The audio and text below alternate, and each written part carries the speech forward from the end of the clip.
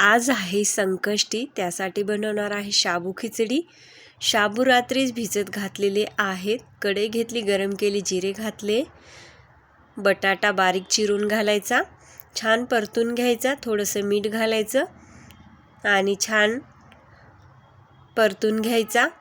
परतून झाल्यानंतर हिरवी मिरची न घालता मी इथे मिरची पावडर घालून खिचडी बनवणार आहे।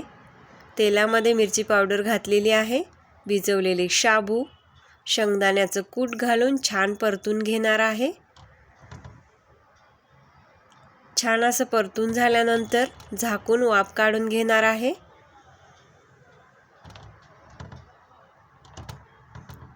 आमच्या साईडला जिरे आणि कोथिंबीर खाल्ल्या जाते उपवासाला, म्हणून आम्ही घालतो। तुम्ही खात नसाल तर घालू नका।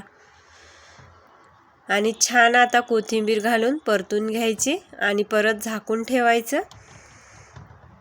बारीक गॅस करून परत थोडीशी साखर घालायची, आवडत असेल तर घाला, नाही घातली तरी चालते। छान परतून घ्यायची। बघू शकता तुम्ही मऊ मोकळी आपली शाबू खिचडी बनून तयार आहे। चॅनलवर नवीन असाल तर सबस्क्राईब करा, लाईक करा। धन्यवाद।